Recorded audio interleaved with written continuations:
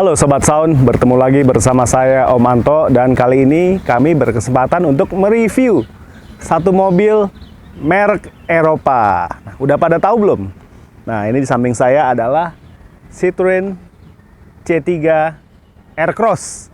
Nah, kalau jauh sebelumnya kami sudah pernah menguji model perdana mereka, yaitu Citroen C3 atau C3 yang biasa ya, yang compact SUV. Kami coba dari Jakarta, Bandung, kembali lagi ke Jakarta.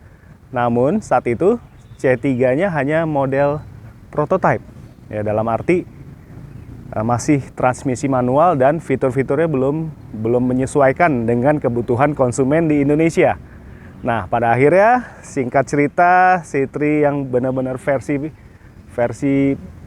untuk penjualan di Indonesia resmi dipasarkan, dan pada awal tahun Citroen melahirkan kembali nih model ketiganya setelah C3 atau C3 varian listrik, dan pada awal tahun 2024 lahirlah Citroen C3 Aircross. Nah, apa sih bedanya dengan varian C3 sebelumnya? Tentunya banyak ya, karena sekilas tuh nggak berubah, tapi ternyata banyak perubahannya. Yuk kita kulik ya, 5 keunggulan serta 5 kekurangan dari Citroen C3 Aircross.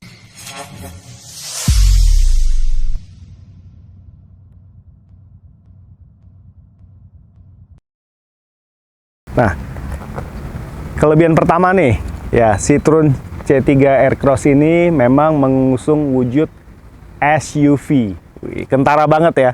Nah, inilah bahasa desainnya Citroen, Eropa banget ya. Dari mulai lampu DRL ya, dari mulai headlamp ya, yang memang agak tinggi ya. Jadi memang betul dia mencirikan khas SUV. Lalu identitas brandnya ya, kemudian airdam besar ya. Wah, ini pasti ada fungsinya nih, nggak sekedar hiasan nih. Kemudian ada fog lamp ya, jadi headlamp dan fog lamp ini sudah pakai ini ya, halogen ya, begitu. Oke, bisa dilihat nih ya, sampai dengan desain tampilan belakangnya pun juga ini khas mobil Eropa banget gitu ya. Jadi bahasa desainnya Citroen, brand identity-nya tuh bener-bener kentara ya. Seolah kalau kita lihat ini mobil lagi di jalan ya, seolah tuh hampir mirip dengan kakaknya nih yang C3W biasa ya, tapi ternyata berbeda loh. Desain lampunya depan belakang pun juga berbeda, nggak sama gitu. Karena ya dari pilar C ini udah kentara banget, lebih panjang dibandingkan C3 yang biasa. Nah, kelebihan keduanya nih ada di ground clearance sama kaki-kaki. Nah, karena dia wujudnya SUV, makanya dia benar-benar mengentalkan karakter SUV-nya melalui ground clearance setinggi 200 mm. Ya, ini sangat ideal buat jalanan di Indonesia ya. Oke, di suburban pun juga rasanya sih nggak ragu ya. Apalagi bannya. Ya, bannya tebal. Ya, profilnya 215, 60, ring 17. Nah, sudah begitu ini ada ya peranti roof rail ya, meskipun kita belum tahu ini apakah memang kuat dipasang roof box atau memang hanya sekedar garnish aja ya, tapi sudah mengentalkan ciri khas sebuah SUV perkotaan. Dan yang paling diunggulkan oleh Citroen C3 dan semua model Citroen yang dipasarkan di Indonesia adalah suspensi. Nah, saya masih ingat waktu pengetesan C3 yang biasa, yang model awal dari Jakarta ke Bandung, kembali lagi ke Jakarta, kami melalui medan jalanan yang konturnya nggak terlalu bagus, dan itu sanggup dilahap oleh Citroen. Dibuktikan dengan kenyamanan yang ekstra, dan untuk kenyamanannya saya acungi jempol, termasuk untuk mobil C3 Aircross ini. Ya, racikan suspensinya tuh seolah memang beda dibanding mobil-mobil lainnya. Keunggulan ketiga adalah kabinnya. Ya, khususnya di baris kedua ini saya nilai mampu menopang ergonomi tubuh dari penumpang ya. Tinggi saya 170 cm, cukup lega headroom, legroom cukup lega. Ya, lalu ini juga mau selonjor, kaki bisa masuk ke bawah jok paling depan karena memang ada jarak, ada celah ya antara posisi paling bawah jok paling depan nih. Begitu. Dan keunggulan dari Citroen C3 Aircross ini adalah 7-seater. Ya, jadi ini bukan 2 baris, ternyata ini adalah 3 baris ya. Jadi dari luar mungkin kita menyangkanya 2 baris. Ternyata 3 baris dan bisa memuat 7 penumpang. Nah, sudah begitu nih, jok baris kedua formatnya 60-40. Jadi jok paling kiri di baris kedua ini bisa dilipat ya. Selain akses untuk masuk penumpang, juga untuk memuat ekstra barang. Oke. Sudah begitu, ini di baris kedua juga udah disediakan AC double blower. Wih, mantap ya. Kalau di kabin bagian belakang ya, selain tadi dapat memuat 2 penumpang tambahan, juga punya keunggulan tersendiri nih. Pertama, jika ingin memuat ekstra barang, jok baris ketiga bisa dilipat rata. Nah, kalau masih butuh tambahan lagi ya dan benar-benar ingin memuat barang saja, ya jok baris ketiga ini bisa dilepas. Ya betul, ini bisa dilepas ya karena ini jok baris ketiga terdiri dari 2 jok, 2 single jok ya. Jadi masing-masing saling bisa dilipat, juga bisa dilepas dari dudukannya dan ini mudah sekali untuk melepasnya. Jadi ketika ingin membawa barang lebih, kedua jok baris paling belakang ini tinggal dilepas, disimpan di rumah, muatlah barang ya. Jadi dari lantai mobil paling dasar hingga ke bagian tengah jok ya, ini bisa memuat barang ekstra. Oke, kelebihan berikutnya adalah desain dashboardnya yang atraktif nih ya, sama seperti C3 yang model awal di Indonesia nih. Seperti ini, mungkin motifnya aja yang berbeda ya. Nah, yang paling saya suka adalah nih ada rumah Twitter ya, jadi ini speakernya two way ya, jadi mid bass di bawah dan ini Twitter. Lalu juga ini konsol AC-nya juga ekstra lebar ya, jadi semburannya tuh full banget gitu. Kemudian di setir ya, di setir ini bawahnya semi flat nih ya, semi flat. Jadi nah, manfaatnya seperti ini nih ya, jadi bikin lega.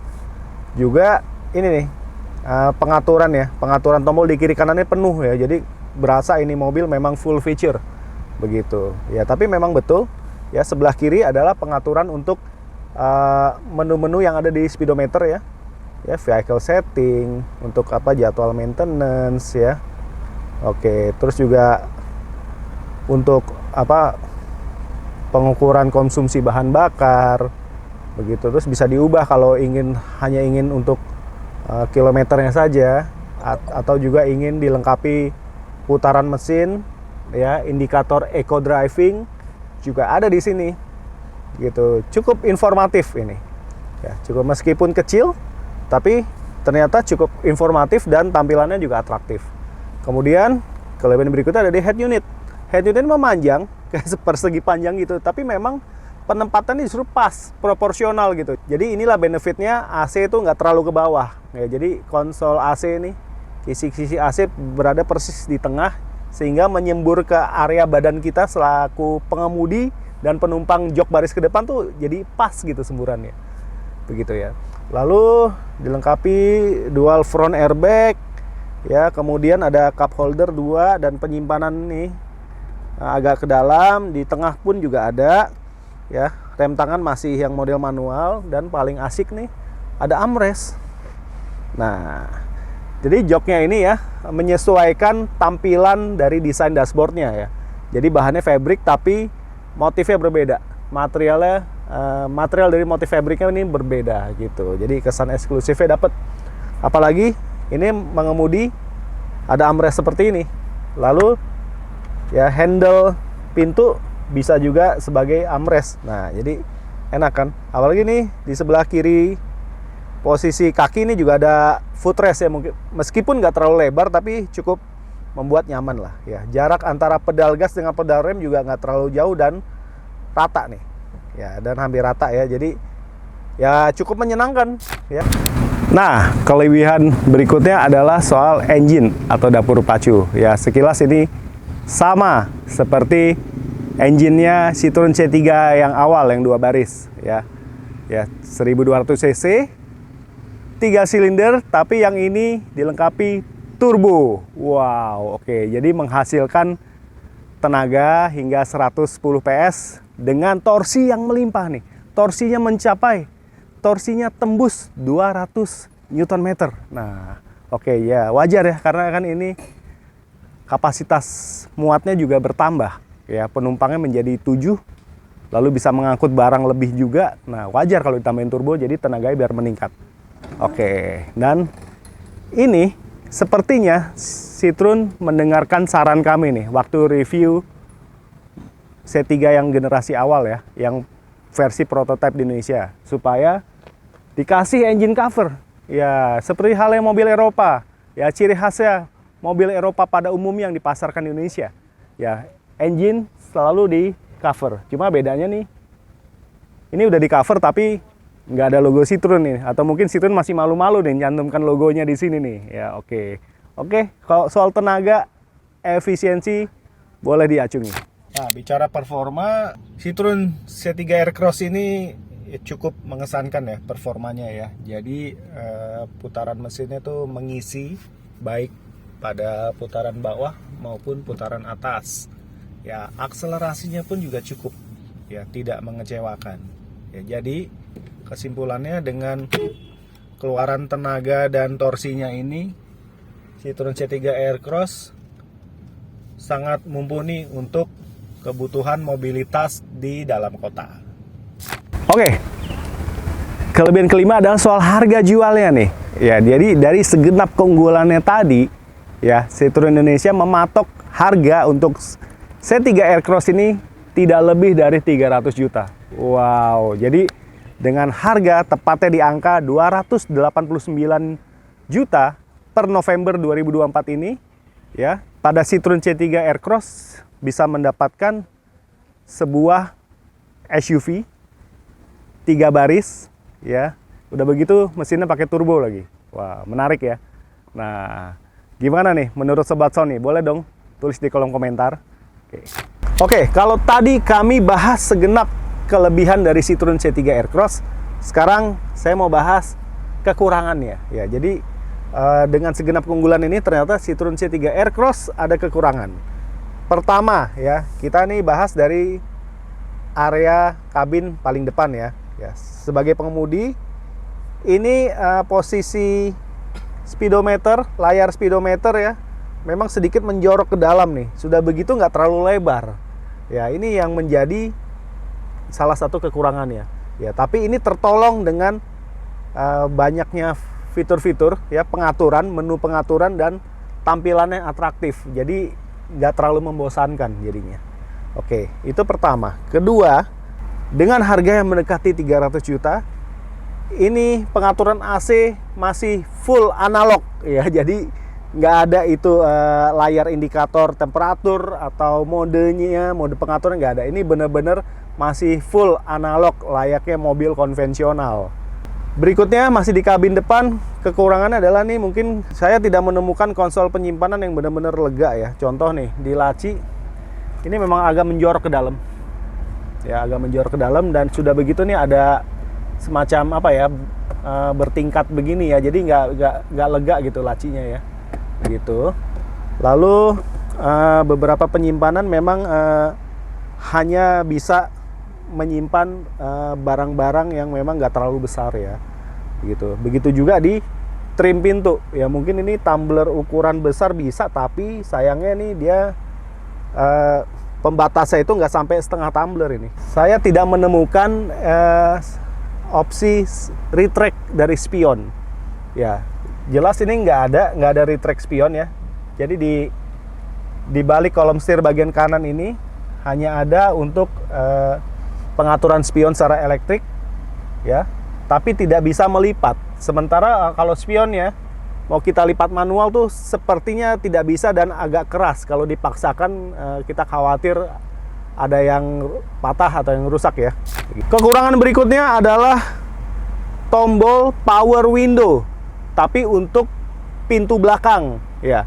Jadi kalau di sisi pengemudi ya, biasanya ada 4 tombol untuk power window untuk keempat jendela ya, bagi mobil yang 4 pintu gitu. Tapi sementara di Citroen C3 Aircross ini hanya ada 2. Nah, jadi bertanya dong, kalau gitu belakang nggak power window dong. Tapi kita cek nih di belakang, ternyata memang nggak ada tombolnya nih. Lucunya nih, nggak ada tombolnya. Penempatannya tuh ada, sebenarnya bisa ditempelin, tapi kok nggak ada tombolnya? Atau bahkan engkol. Tadinya saya pikir engkol, ternyata enggak. Nah, ternyata di mana sih ini bisa buka jendela di pintu bagian belakang?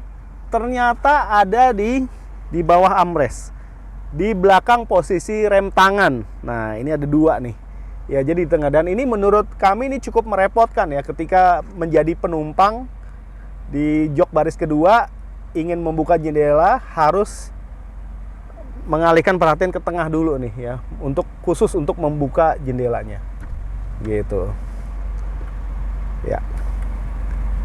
Oke, nah berikutnya agak sayang nih, untuk di kabin baris kedua sudah lega ya, ergonomi ya, seperti halnya jok baris paling depan nih, joknya juga ergonomi sekali, menopang badan dengan baik ya. Tinggi saya 70 cm, berat 90 kg. Ini cukup menopang baik. Begitu juga di jok baris kedua, tapi sayangnya belum ada armrest ya. Biasanya kalau di mobil-mobil sekelas MPV atau low SUV yang 7 penumpang bahkan, ada armrest di jok baris kedua yang bisa memuat cup holder. Tapi ternyata di Citroen C3 Aircross ini belum ada. Oke. Kekurangan berikutnya adalah kalau kita mau masuk, akses masuk ke jok baris ketiga ya. Kalau biasa di low MPV atau low SUV lainnya itu joknya ini bisa dilipat pakai tuas ya. Ada tuas untuk melipatnya, lalu direbahkan ke depan supaya akses masuknya bisa mudah. Tapi ternyata di Citroen C3 Aircross ini hanya pakai ini nih, tali nih gitu, tali pengait nih ya, rebah. Dan namun untuk ke depan ini juga rasanya sih susah sekali ya gitu, keras sekali tadi ditariknya ya begitu. Nah, sekarang kita coba duduk di jok baris ketiga. Oke, jadi begini duduk di jok baris ketiga, baris baring belakang C3 Aircross ya. Dia karena lantai rendah, joknya juga agak rendah, meskipun ada beda ketinggian antara lantai kabin tempat menapak kaki dengan dudukan jok. Meskipun ada perbedaan ketinggian, tapi tetap aja tidak menopang dengan baik ya. Jadi agak setengah jongkok nih sebenarnya nih. Ini bawa paha jadi ngangkat ya gitu. Saya yang tinggi 170 cm, untuk perjalanan jauh di baris ketiga sih rasanya ya agak ini ya, bisa cepat lelah ya.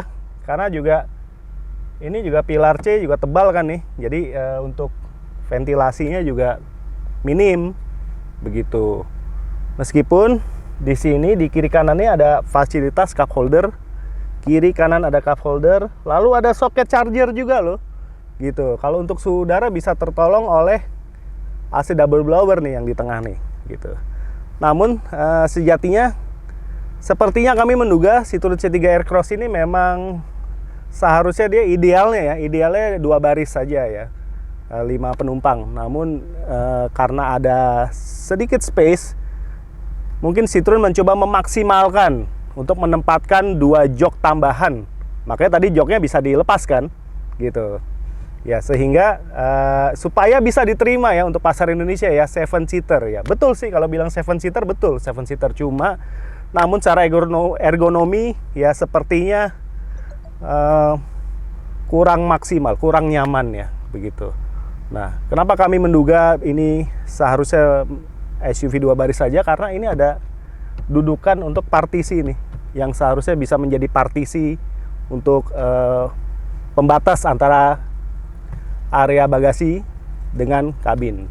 Ya, so far kelengkapannya cukup ya.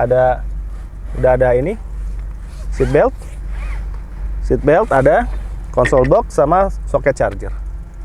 Oke, gimana menurut Sobat Sound? Oke nggak nih di jok baris ketiga nih? Oke, nah kekurangan berikutnya adalah di sektor bagasi ya. Kalau tadi kelebihannya adalah Ini jok bisa rata lantai, bahkan bisa dilepas joknya buat memuat barang yang lebih banyak.